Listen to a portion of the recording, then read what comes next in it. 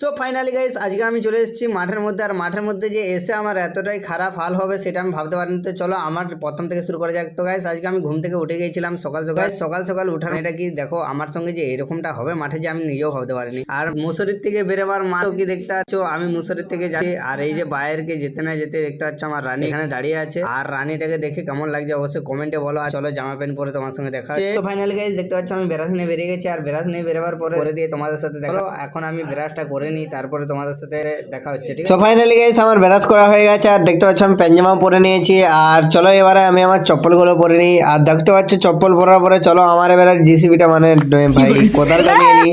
তো গাইস কোদালটা দেখতে পাচ্ছ এই যে নিয়ে নিলাম কানে। তো চলো এবারে আমার চলে যাই মাঠে তো এবার খাটতে হবে উপর হয়ে। গাইস আমার কি এরকম কষ্ট যাবে, চিরকালে এরকম কষ্টই রয়ে যাবে। আর গাইস কেমন লেগেছে ভিডিওটা অবশ্যই কমেন্টে বলবে। আর যারা না ফলো করে আছে ফলো করে দেবে অবশ্যই।